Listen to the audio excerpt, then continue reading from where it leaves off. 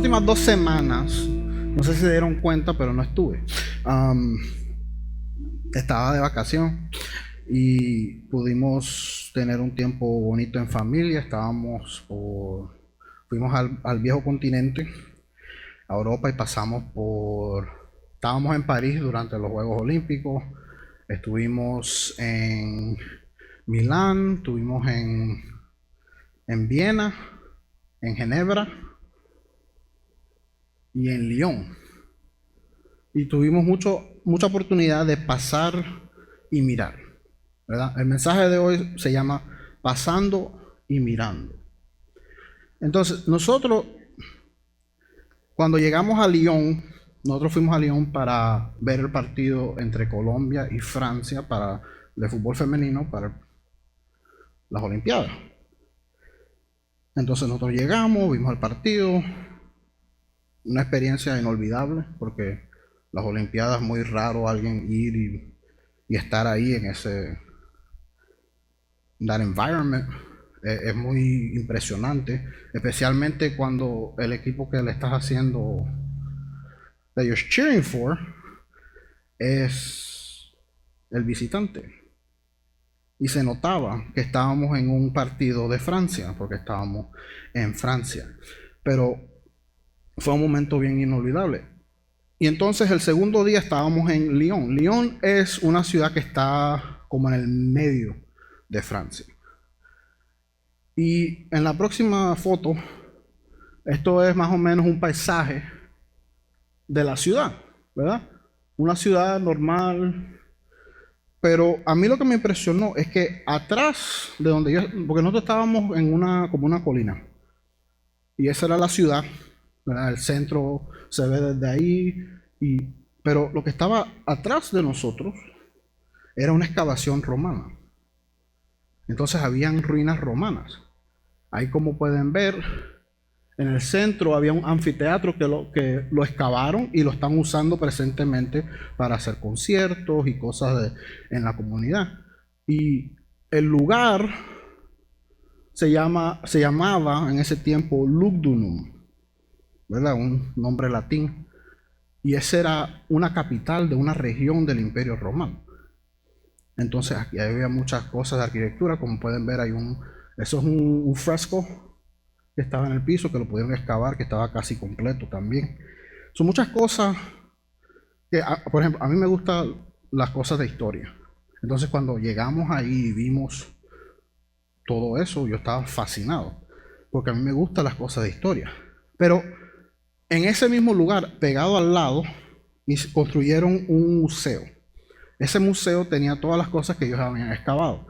Habían diferentes cosas, estaba el mosaico ese, habían otros mosaicos, pero como ven ahí, eso es un altar a 4 dioses. Y yo, cuando vi ese altar, me trajo a memoria un acontecimiento en el libro de los Hechos. Que si me acompañan al libro de Hechos 17, el capítulo 17, del 16 al 25, un poquito largo, pero es una historia que creo que de verdad es importante de estar pendiente de ella. Yo sé que normalmente tenemos la costumbre de pararnos, pero es larga lo que vamos a leer, no se preocupen, tranquilos. Cuando lo tengan, me dan un amén. Y les voy a explicar por qué. Y van a ver, espero que estén atentos y vean por qué ese altar me resonó con esta historia. Hechos 17, 16 al 25. Y leemos en el nombre del Padre, del Hijo y del Espíritu Santo. Mientras Pablo los esperaba en Atenas, su espíritu se enardecía viendo la ciudad entregada a la idolatría. Así que discutía en la sinagoga con los judíos y piadosos, y en la plaza cada día con que concurría. Algunos filósofos de los epicúreos y de los estoicos discutían con él. Unos decían: ¿qué quería decir este palabrero? Y otros: parece que es predicador de nuevos dioses. Esto decían porque les predicaba el evangelio de Jesús. y de la resurrección. Lo tomaron y lo trajeron al Areópago, diciendo: ¿podemos saber qué es esta nueva enseñanza de que hablas? Pues traes a nuestros oídos cosas extrañas. Queremos pues saber qué quiere decir esto, porque todos los atenienses y los extranjeros residentes ahí en ninguna otra cosa se interesaban, sino en decir o en oír algo nuevo.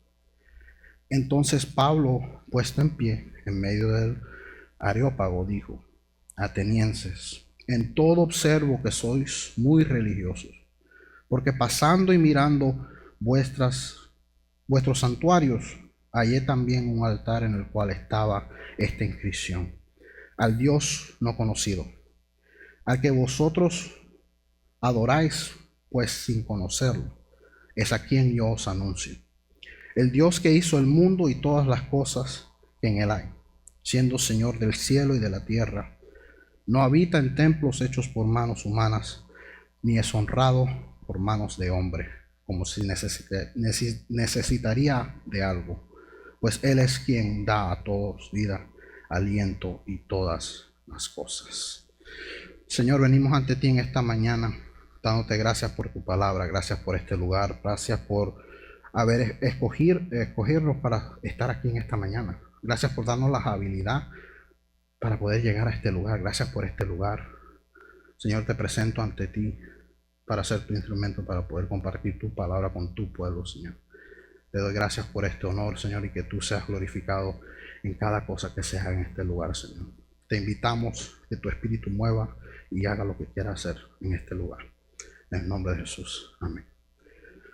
Ok, vamos a notar tres cosas. La primera cosa que quiero que notemos, y quiero que tengan, que se hagan, que autorreflejen, que se pregunten: ¿qué causa la incredulidad de otros en ti?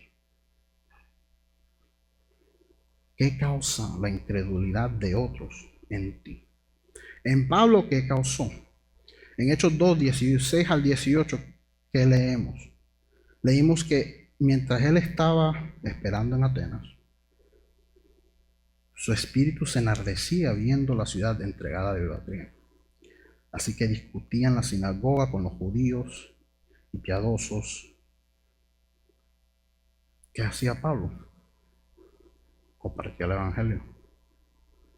Él vio la incredulidad de donde él estaba y lo causó a hablar de Cristo. ¿Estás avergonzado del evangelio? Algo para pensar. Él vio la idolatría y le incomodó tanto que se puso a discutir con filósofos y con... ¿verdad? Si ustedes saben de la historia, Atenas, ¿qué era? Atenas era la sede de la política, de la historia, de los filósofos. Eso era Atenas. Y Pablo estaba ahí esperando y él se puso a discutir con ellos.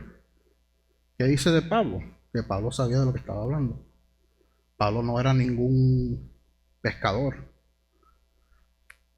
Pablo sabía de lo que estaba hablando. Pablo era estudiado. Para poder discutir con estas personas, estamos hablando de Platón, de personas así por el estilo. ¿Quién aquí se atreve a ir a la Universidad de Miami y discutir con un profesor de filosofía? Yo no. Pero Pablo lo hizo. Eso es lo que Pablo hizo. Él fue y estaba hablando con eruditas, con estoicos. Eso es lo que él hizo.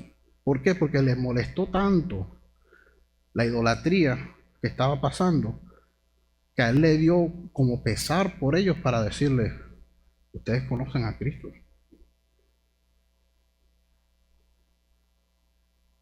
Cuando enfrentamos la incredulidad, ¿cómo podemos identificarlo? ¿Cómo podemos identificar la idolatría? El doctor Tony Evans tiene una definición para la idolatría. Ahí la puse en inglés y en español para que los muchachos no me digan nada. ¿La idolatría qué es? Es definida como cualquier persona, lugar, cosa o pensamiento que nosotros miramos como nuestra fuente. Cuando nosotros priorizamos o nos enfocamos en algo que no es Cristo, somos culpables de idolatría. Simplemente. Cuando nosotros pensamos que nuestro trabajo es nuestra fuente, ya la tenemos perdida. Cuando nosotros pensamos que nuestra educación es nuestra fuente, lo tenemos perdido. ¿Por qué? Porque todas estas cosas son herramientas que el Señor puede usar para proveer para nuestra situación. Pero nuestra fuente es Cristo. Nosotros no nos podemos enfocar en nuestro trabajo, en nuestro estatus, ¿verdad? Porque ahora mucho, ¿verdad? Que cuántos seguidores tiene, que cuántos... No. Lo importante es que tú estás claro que Cristo es tu fuente. No importa si tienes trabajo o si no tienes trabajo, si tienes educación, si no tienes educación, si no sabes de dónde va a venir el pan de mañana, no importa, si tú tienes a Cristo estás bien. Y no podemos perder la vista de eso. Porque cuando nosotros nos enfocamos en nuestro trabajo, nos obsesionamos con resolver. ¿Qué estamos diciéndole a Dios? Yo puedo. Yo no necesito confiar en ti. Yo no te necesito a ti. Porque yo puedo solo. Y ahí es cuando caemos en idolatría. La idolatría no es nada más adorar una estatua. O como vieron en la foto, un altar así. Eso sí es idolatría, pero eso no es la única definición de idolatría. La idolatría es cuando ponemos cualquier otra cosa en el puesto de Dios.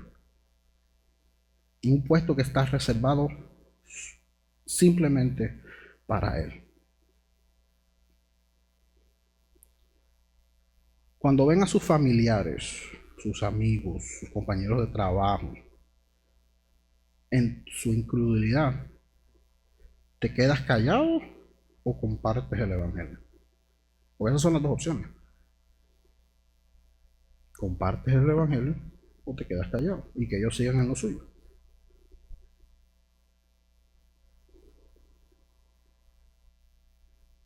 Romanos 1:16 dice: no me avergüenzo del Evangelio porque es poder de Dios para salvación de todo aquel que cree, del judío primeramente y también del griego. Ese es nuestro poder, de ahí viene el poder. El Evangelio es el poder para la salvación.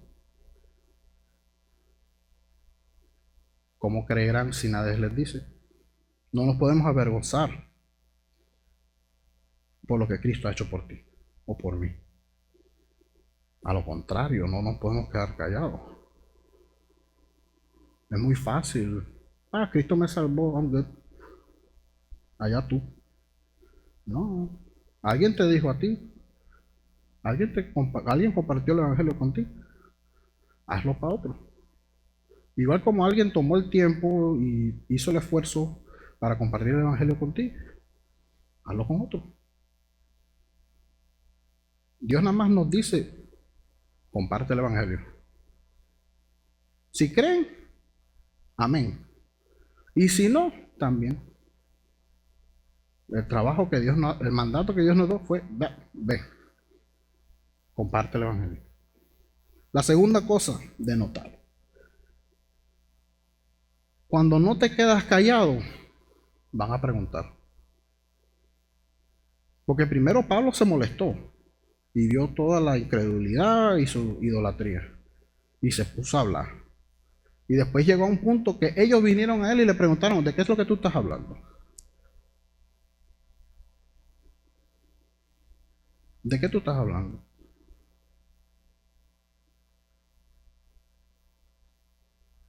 Algo de pensar.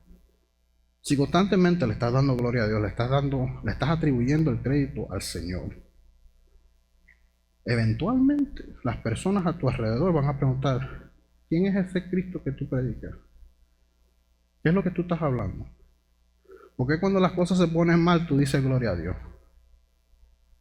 ¿Y por qué cuando las cosas van bien también dices gloria a Dios? ¿Por qué cuando las situaciones están complicadas tú tienes paz, tú como si nada? ¿Por qué? Porque van a ver a Cristo en ti.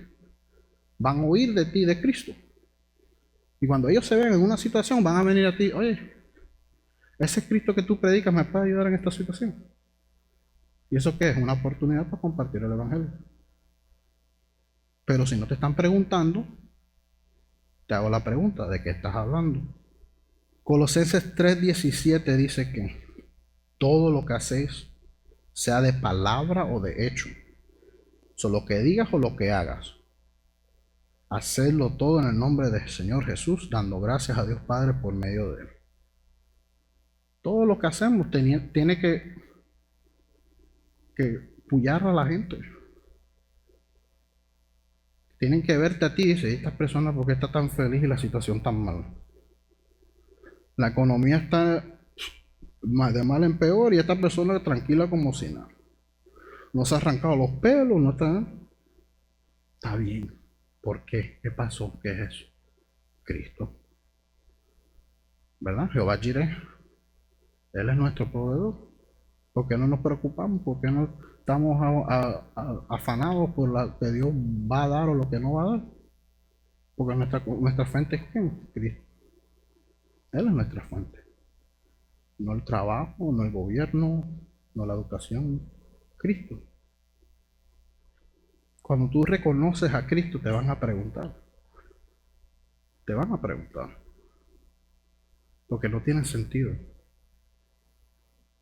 Cuando tú vives una vida por Cristo, no tiene sentido. No tiene sentido. Cuando tú ejercitas tu fe y tú dices, yo sé que ahora mismo no se ve buena la situación, pero yo sé que Dios va a proveer. La gente va a hacer, ¿de qué está hablando? La tercera cosa de notar, y aquí vamos a entrar a la parte fuerte, hay que estar pendiente de las oportunidades. En Hechos 22-25, cuando ya Pablo había estado en Atenas, él vio la idolatría, se molestó, se enardeció para poder evangelizar, compartir el evangelio y hablar con las personas de Atenas. Después le vinieron a preguntar y él responde. ¿Y cómo responde? Ahí vamos a ver. Hechos 17, 22 y 25. Entonces Pablo, puesto en pie en medio del areópago, dijo: Atenienses, en todo observo que sois muy religiosos, porque pasando y mirando vuestros santuarios, hallé también un altar al cual estaba inscrito al Dios no conocido, a que vosotros adoráis, pues, sin conocerlo, es a quien yo os anuncio. ¿Por qué él pudo responder de esa manera? Porque él estaba andando y mirando. Su respuesta me acordó de un versículo en Mateo 10 y 16. Capítulo 10, verso 16. Que dice: Yo os envío como a ovejas entre medio de lobos. Sed pues prudentes como serpientes y sencillos como palomas. Si analizan la respuesta de Pablo, era bien pensada la respuesta, pero también era una respuesta bien simple. Él no hizo nada muy complicado, no hizo nada muy... Él nada más dijo, mira, noté que ustedes también tienen un altar a un Dios que ustedes no conocen. Ese es el Dios que yo predico. Él aprovechó esa oportunidad y injertó a Cristo en la conversación. ¿Qué es prudente? ¿Qué es ser prudente? Prudente es actuar con cuidado. ¿Por qué? Porque hay que actuar con cuidado. El mundo en el cual vivimos. Nada más por eso, nada más por el mundo en el cual vivimos tenemos que andar con cuidado. Una de las cosas cuando estábamos viajando en París, París tiene mala fama de pickpockets, ¿verdad? Que te pasan por el lado y te quitan la cartera, rapidito. Entonces, una de las cosas para prevenir eso, tienes que estar pila, pendiente de tus alrededores, de todo el tiempo. Tratar de andar con lo menos posible. estar preparado por cualquier cosa. Eso es lo que es ser prudente. Prudente es estar vigilante, con cuidado, tranquilo. ¿Por qué? Porque nunca sabes qué va a pasar. En este mundo es así. Cristo dijo, yo os envío como ovejas en medio de lobos. It's not a nice message. No es un mensaje así bonito. Que Cristo me ama. No, está diciendo, te estoy mandando como ovejas entre lobos. ¿Qué es eso? Te van a atacar, te van a caer. En muchos casos a los discípulos que le estaban dando, le estaba diciendo, los van a matar. Muchos de los discípulos murieron por lo que creyeron y por lo que predicaban. Pero Cristo les dijo, y por eso que tiene que ser prudente. Prudente como víbora. ¿Verdad? Que hay que no ser despistado. Porque cuando te agarran despistado, ¿qué pasa? Ahí te agarran. Pero también hay que ser como una oveja. Sencillo, como paloma. Mansito. Las palomas, ¿qué hacen? Nada. Comen, vuelan. ¿Verdad? Son sencillas, no son complicadas. No complican las cosas. A veces nosotros complicamos las cosas. Vamos a ser honestos. El Señor dice, confía en mí, y nosotros, pero tengo que hacer esto, esto, esto. No, Él dijo, confía en mí, ya. Trust in me, I got it. Confía en mí, yo soy tu sustento, yo soy tu paz, yo soy tu... Y a veces nosotros, no, pero tengo que hacer esto y esto para... No, confía en Él, ya, simple, sencillo. Para caminar en esta vida tenemos que tener piel gruesa y corazones suaves. ¿Por qué? ¿Por qué piel gruesa? Porque vamos a recibir nuestros insultos. Si estamos caminando por Cristo, nos van a insultar. No nos van a querer. Le vamos a caer mal a algunas personas. Y para eso hay que tener piel gruesa. Cuando te dicen algo, tú tienes que, está bien. Como si nada. Porque ¿qué dijo Cristo? Si lo odiaron a Él, te van a odiar a ti. Si tú amas a Cristo y a Él lo odiaron, el mundo lo odió, ¿qué va a pasar contigo? Te van a odiar a ti también. Por eso hay que tener piel gruesa. Pero ¿por qué corazones suaves? Corazones de carne, como dice la palabra. Porque aunque nos vayan a insultar, tenemos que amarlos como Cristo nos amó a nosotros. Y si tú tienes un corazón teso y duro y alguien te insulta, ¿cómo lo vas a amar? Si alguien te maldice, ¿cómo lo vas a amar como Cristo te amó a ti? Y si se han dado cuenta, el mundo sufre del opuesto. El mundo, ¿qué? Tienen una piel bien flaquita, bien finita, pero un corazón bien teso. Si no me creen, hablen con alguien. ¿Ustedes han hablado con un familiar o con alguien de las cosas de Cristo o le has dicho, oye, lo que estás haciendo es mal, estás en pecado? ¿Qué pasa? Se ponen defensivos. ¿Cómo que tú me vas a criticar? ¿Por qué me vas a juzgar? Y tú nada más le estás diciendo la verdad de lo que dice la palabra. ¿Por qué? Porque tienen que piel suavecita y corazones tesos, que no quieren recibir la verdad, se molestan cuando tú les dices la verdad. Por eso necesitan a Cristo. Por eso todos necesitamos a Cristo. Pablo iba pasando y mirando. Creo que la foto del altar está ahí. Él estaba pasando y mirando. Creo que en la próxima hay un pasillo. If I'm right. ¿Verdad?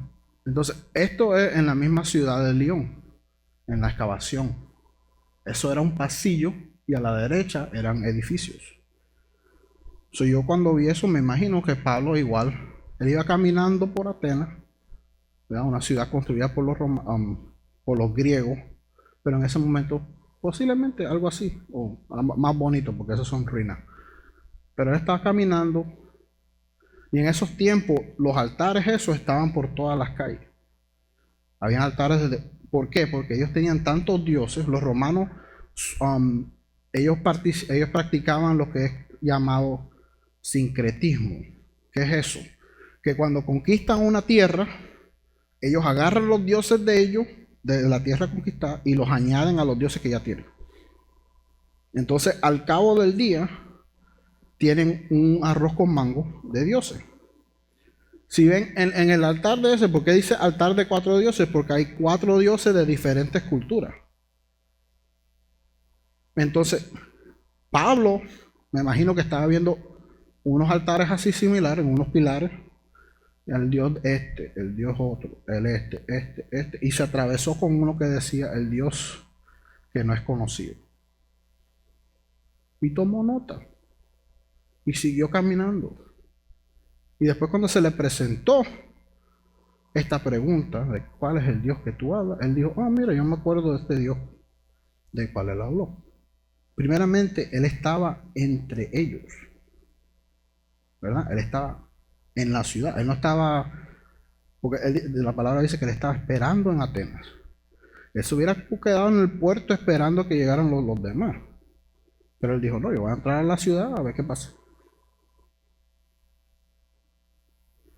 ¿Por dónde pasas tú? ¿Por dónde pasas tú?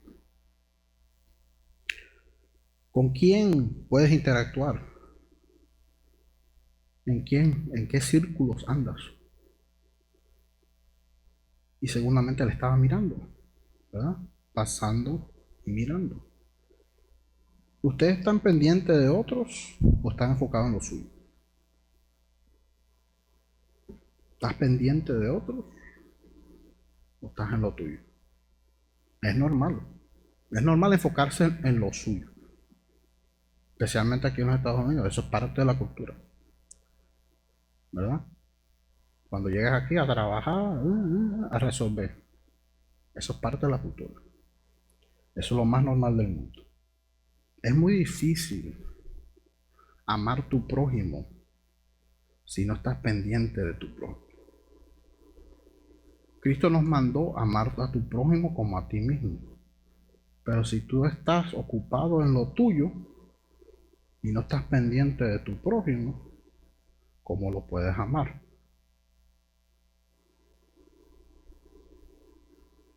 No concuerda. Si mi hermano en Cristo tiene una necesidad y yo no estoy pendiente, ¿cómo le puedo ayudar? No se puede.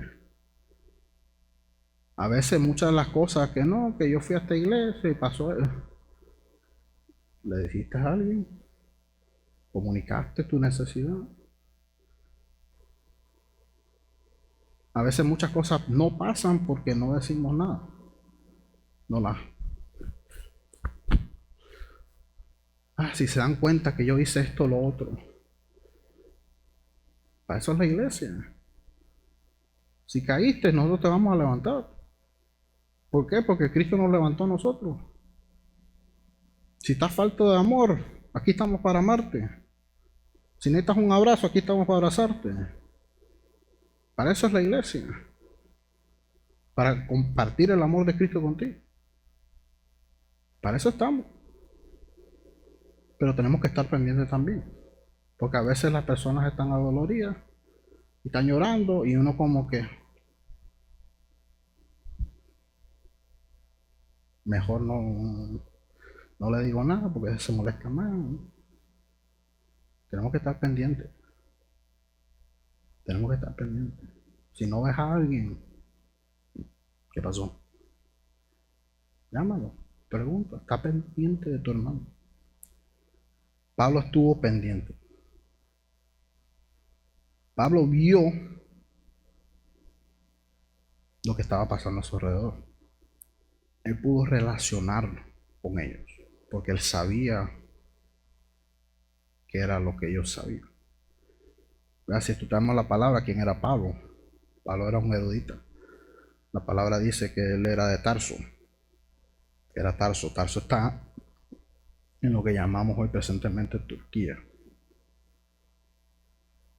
Era una ciudad que en ese momento estaba bajo el Imperio Romano. Entonces él, cuando creció, estudió la ley, ¿verdad? La palabra dice que Pablo era fariseo de fariseo. Entonces sabía la ley, pero también él era estudiado en literatura griega y la romana. Entonces él hablaba latín, hablaba griego. Él estaba en su charco, él estaba entre sus paisanos. Él sabía cómo conectar con ellos, ¿verdad? Todos somos, aquí la mayoría, todos somos latinos, ¿verdad? ¿Con quién te conectas mejor? ¿Con alguien de tu país o con alguien de otro? Con el tuyo, ¿verdad? Y si son de la misma ciudad, hasta más, ¿verdad? Porque tienen esa conexión. Pablo sabía de los griegos, sabía de sus dioses y él pudo conectar con ellos. Para él fue fácil ver el altar ese porque ella sabía de eso. El altar del Dios no conocido y hacer esa conexión. Para poder él decir, como dijo en 24, ese es el Dios que hizo el mundo y todas las cosas. Pablo vio un objeto de idolatría, pero aprovechó la oportunidad para predicar el evangelio. Hay que estar pendiente de lo que está pasando, pero no obsesionado con lo que está pasando. Por ejemplo, yo estaba allá. Lo que pasó en la ceremonia de apertura de los Juegos Olímpicos, ¿verdad? ¿Qué te molestó más? ¿Que remedaron una imagen de Cristo pintada alrededor del año 1500? ¿O que ellos necesitaban a Cristo? Porque esa fue la polémica. No, que remedaron la pintura. Esa pintura fue hecha en el año 1500 por un man que nunca vio a Cristo. ¿Qué te molestó más? ¿Que remedaron eso o que ellos necesitan a Cristo? Porque a Pablo, ¿qué le molestaba? Que necesitaban a Cristo. A él no le molestó que él sabía que ellos estaban en su idolatría. Él lo vio. Pero él tomó esa oportunidad y les habló de Cristo. No les dijo, no, que ustedes son una parranda de idólatras.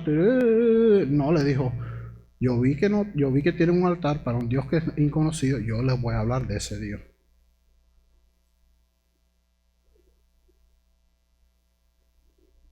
A mí no me sorprende cuando los que no creen en Cristo actúan como que no creen en Cristo. Yo conozco personas que las amo, que son cristianos, que aman al Señor, y cuando ven algo en el mundo, ¿viste eso? Que tú... ¿Por qué te molesta? Ellos no creen en Cristo. Ahora tú me dices que un pastor se paró y hizo esto. Ahora sí, moléstate. Pero si Hollywood hizo esta película de... Si es Hollywood, ellos no creen en Cristo. El Dios de ellos es el billete.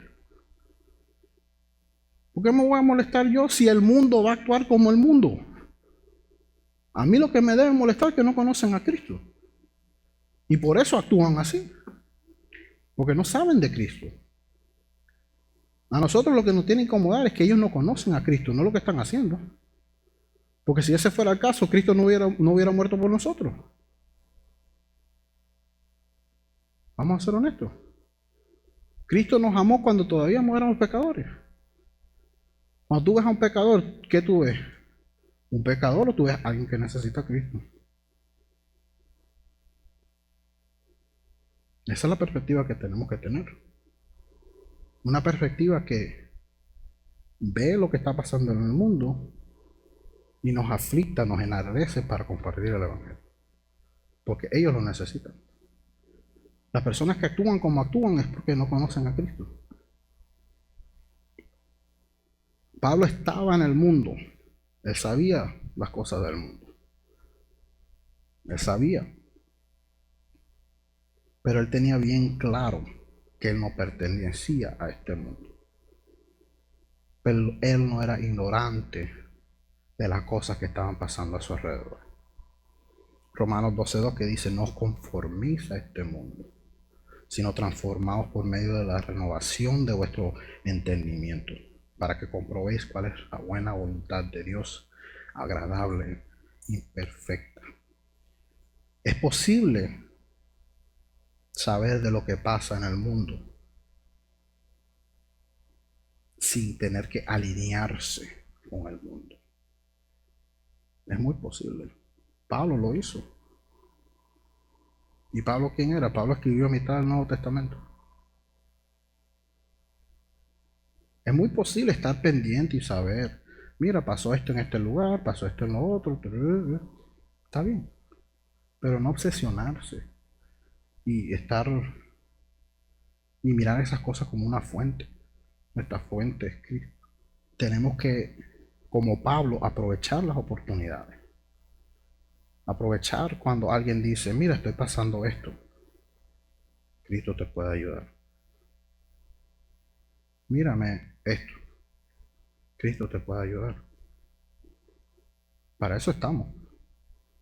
Para señalar a las personas que todos sus problemas Cristo lo puede resolver. Hay muchas personas que no conocen a Cristo porque nadie les dice. Especialmente aquí en los Estados Unidos. ¿Por qué? Porque estamos en lo de nosotros. Honestamente, ¿quién conoce el nombre de su vecino?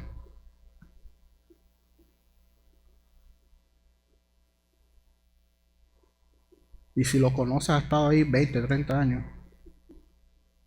Vamos a ser honestos. ¿Por qué? Porque estamos en lo de nosotros. Y ellos también. Es parte de la cultura. Resumen. ¿Qué causa la incredulidad de otros en ti? Mi oración es que de nosotros, cuando veamos incredulidad, cuando veamos idolatría, es que de nosotros salga amor, que de nosotros salga compasión, que salga gracia, misericordia, como Cristo nos enseñó a nosotros. Cuando nosotros veamos a las personas en su idolatría, en su incredulidad, en su fill in the blank, que nosotros tengamos amor hacia ellos, que tengamos compasión hacia ellos, porque es lo mismo que Cristo nos enseñó a nosotros. La segunda cosa, cuando no te quedas callado, van a preguntar. Habla de Cristo, dale la gloria, dale el reconocimiento que Él merece. Y no solamente aquí. Es muy bonito cuando, ¿sabes?, tenemos la oportunidad de que las personas den testimonio. Pero fuera de estas cuatro paredes también hay que testificar de lo que Cristo ha hecho en nosotros. Para compartir con personas que necesitan oír de Cristo, de las buenas nuevas. Terceramente, hay que estar pendiente de las oportunidades. Hay que aprovechar cualquier situación, problema, bueno, malo, para hablar de Cristo. Es necesario, pero también es un mandato de parte de Cristo, de compartir el Evangelio. ¿Y cuál fue el resultado de Pablo compartiendo el Evangelio? El resultado esperado. Hechos 17, 32 y 34. Dice, pero cuando oyeron lo de la resurrección de los muertos, unos se burlaron y otros decían, ya te oiremos acerca de esto otra vez. Entonces Pablo salió de en medio de ellos, pero algunos de los que se habían juntado creyeron. Entre ellos Dionisio, el Areopagita, y una mujer llamada Damaris, y otros con ellos. Esa es la reacción cuando predicas el Evangelio. Algunos se van a burlar, algunos van a estar indecisos, pero algunos van a creer. Y por esos vale la pena. Por esos algunos que irán a creer, vale la pena compartir el evangelio.